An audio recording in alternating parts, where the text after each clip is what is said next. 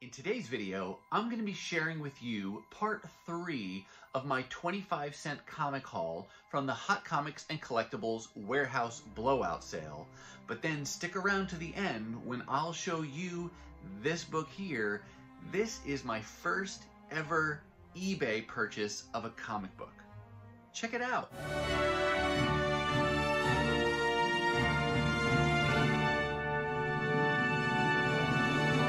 Hey everyone, and welcome to my channel. My name's Chris, and this is Northgarden Comics.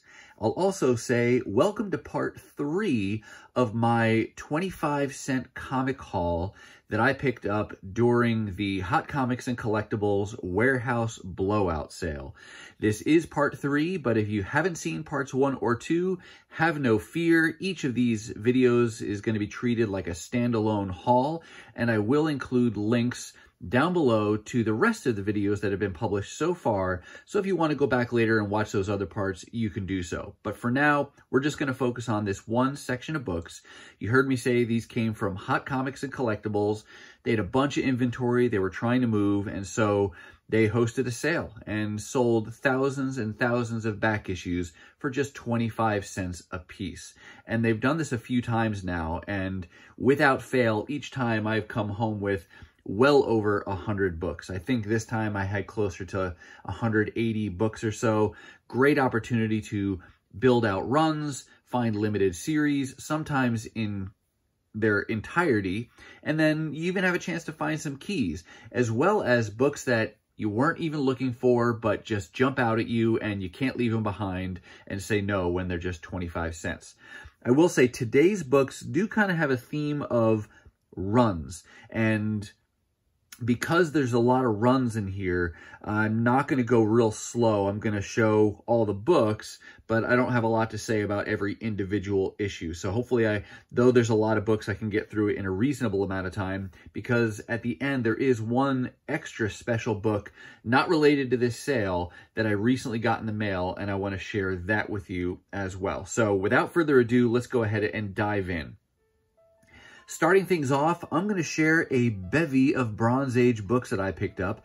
In the last 2 parts, you saw there was a couple Bronze Age here and there that I saved till the end, but we pulled them up front today, and it's a smattering of things from a variety of titles.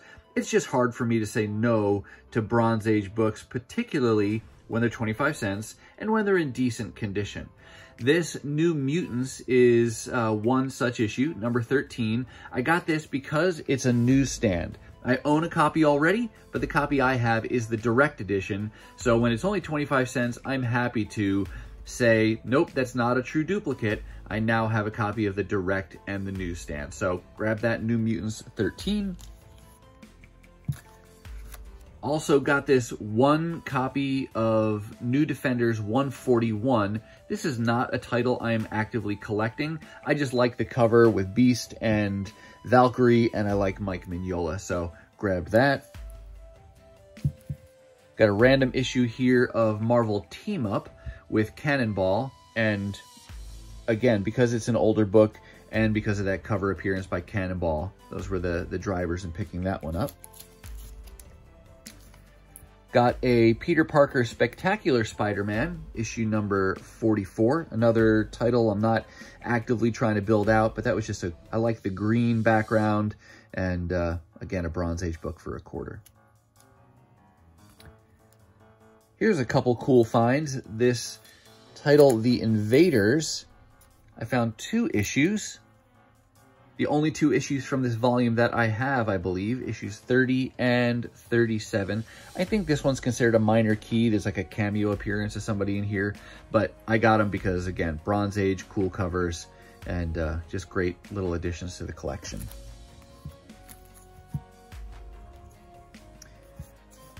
Got a few issues from this Marvel 2-in-1 title.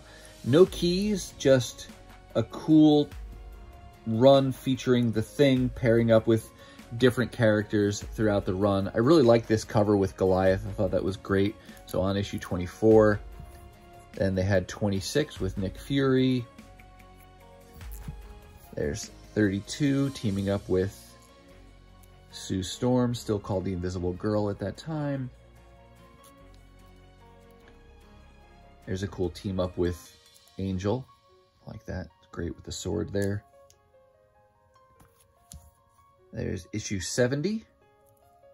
And then lastly, issue 74, which is a Christmas issue. So shout out there to Dude Without Fear, who also loves the Christmas comics. So that was it for the Bronze Age books in this haul, but just a fun smattering of things that they had and that were fun to pick up at this quarter sale.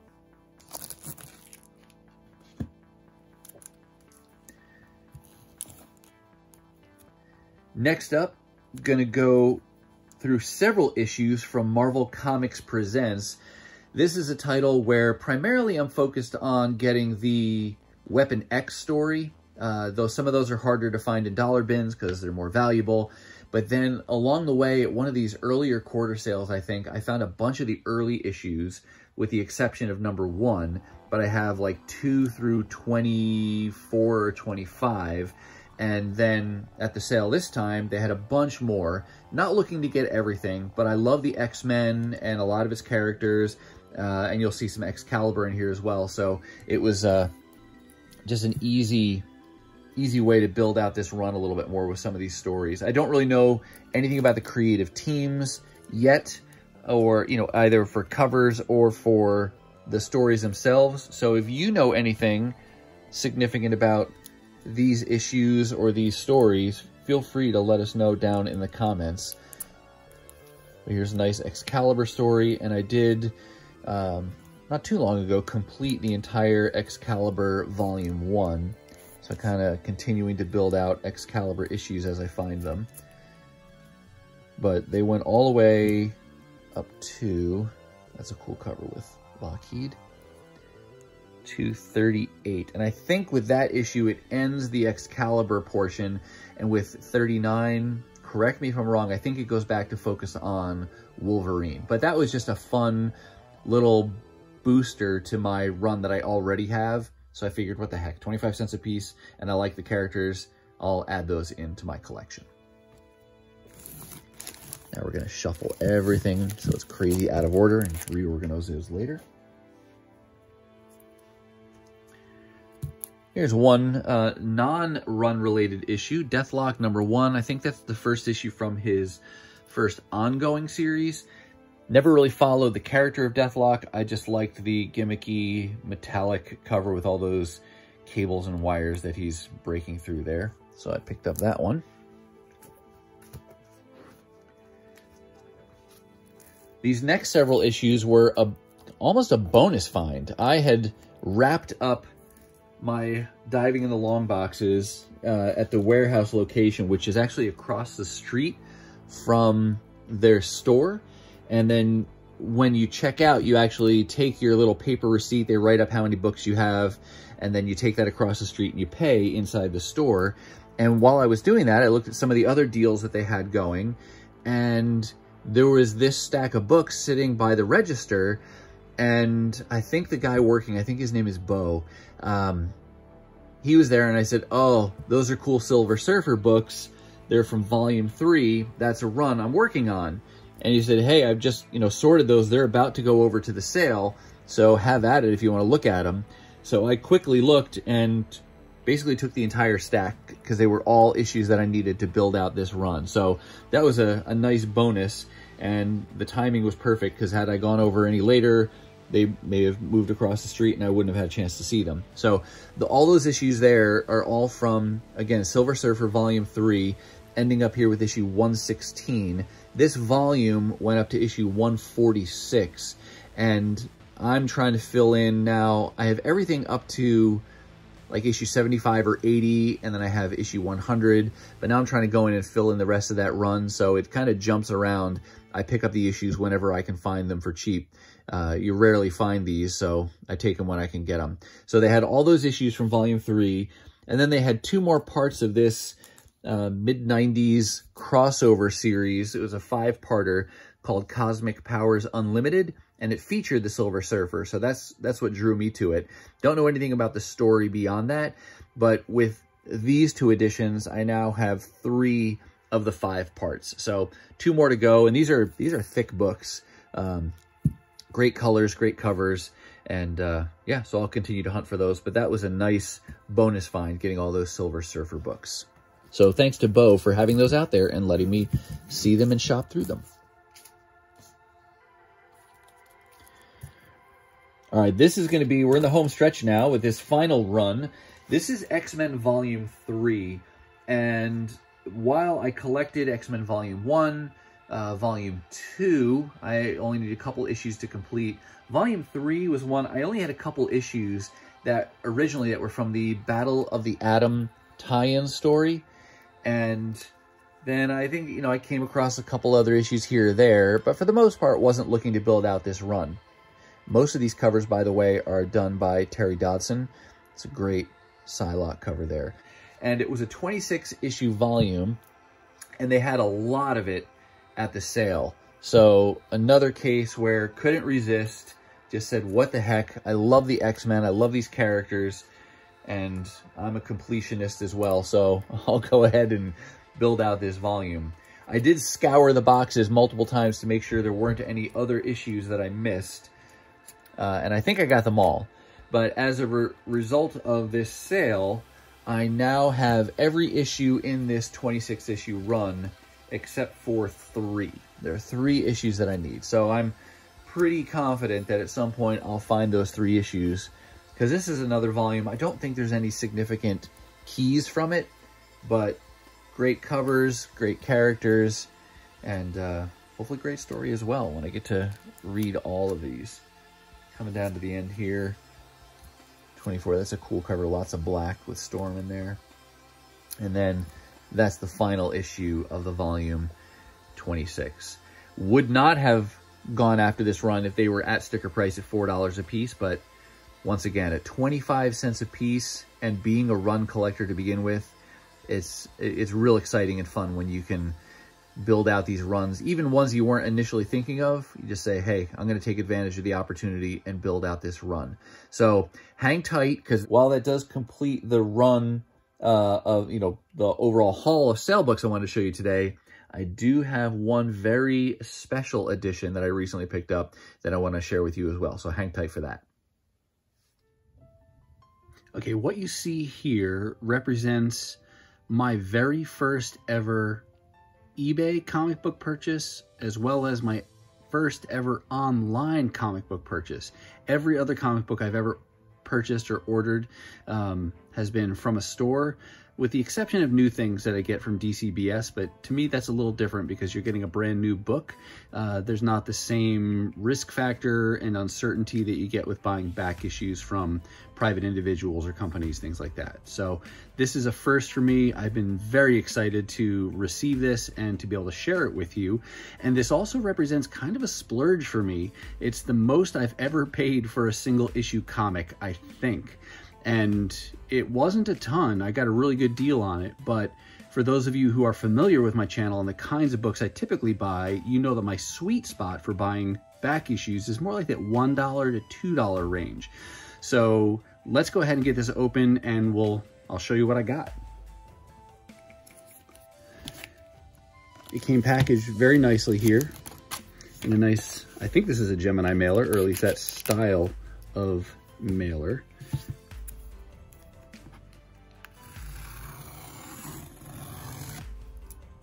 All right, let's crack this open here.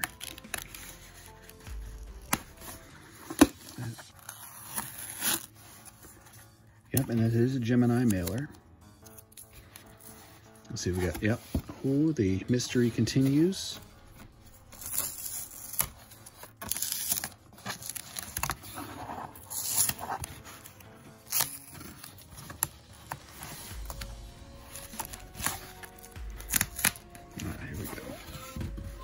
Packaging out of the way. You ready to see what I bought? My first ever purchase here. Boom. Oops, completely out of frame. All right, there we go, much better. Uncanny X-Men issue 164, first appearance of Carol Danvers as Binary. To give you a little bit of insight as to why I purchased this book and spent up on this one, I've been collecting Uncanny X-Men since like the late 80s is when I started. And then I dropped off in like 95, 96. But then about 7 years ago, I started not only collecting new X-Men comics again, but I went back and have been trying to build out my original Uncanny X-Men run. And I think I originally started, wanting to get up to like issue 350 from where I had originally started in like the 220s or whatever. And then that's just grown in both directions over time. And I've been able to get most of the issues that I've wanted for $1 or less. And so my current goal is to have everything from issue 143 through the end of the volume at issue 544. And what that represents is really every issue just after the Days of Future Past. Days of Future Past, still really pricey books, and most of the things before that are pretty pricey too. So 143 till the end seemed like a reasonable goal for me. And over those last 7 years, I've been able to piece together almost every issue from that run, with the exception of 2. And issue 164 is one of those issues. It's a key, so there's a part of me that says I could try to hold out and find it in a dollar bin someday, but because it's a key, the likelihood of that is pretty slim. And with there only being 2 issues left, and that coupled with the fact that I really want to finish that run, it just seemed like something I needed to be willing to pay up for in order to complete this run. Now, I didn't just come to that revelation by myself. I have been influenced directly and indirectly by others in the YouTube comic collecting community. And 2 shout outs I want to give are to Big Elbow, because he's got a channel that I watch. He does a lot of dollar bins and things, $2 and $3 comics.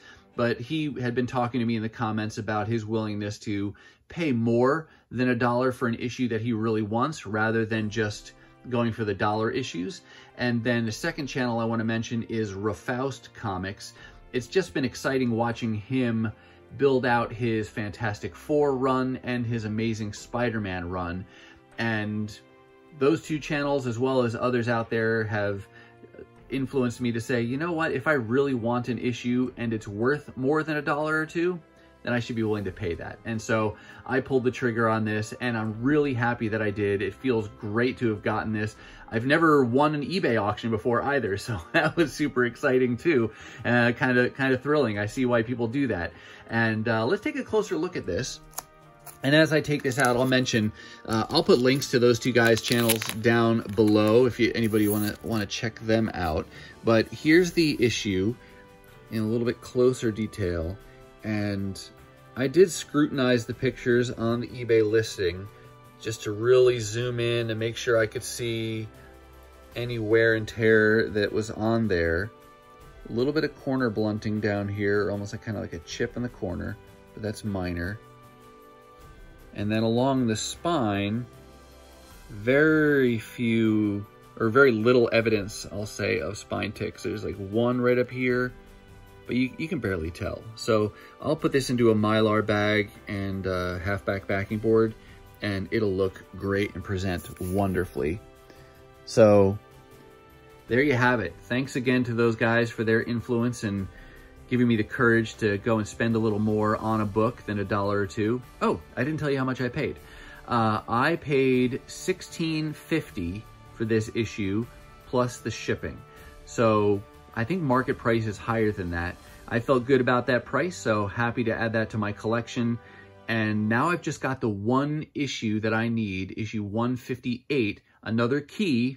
And so I'll probably have to pay more than $1 or $2, but I'm willing to do that now. I'm ready to pull the trigger on that one, so I'm going to be hunting around for that. So stay tuned. You might see that one coming up in a future video once I acquire that. And then I will have the entire run from issue 143 to 544. So happy to share this with you. Thanks for watching. All right, that's going to do it for me. And that's going to wrap up part 3 of my haul of quarter books from the Hot Comics and Collectibles Warehouse Blowout Sale. And of course, that extra special Uncanny X-Men 164. Super happy to add that to my collection. And now I just need that 158 in order to have all the issues from 143 all the way to the end of the run at 544. I do hope you saw something that you liked. If you're collecting any of these runs or keys or limited series, let me know down below. Also, how's it been going for you in your own hunting recently? Finding anything good? let us know down below. Now, if you're not quite ready for the YouTube fun to stop, I have hand-selected a couple videos here for you to check out. As always, thank you so much for watching, and I'll see you next time.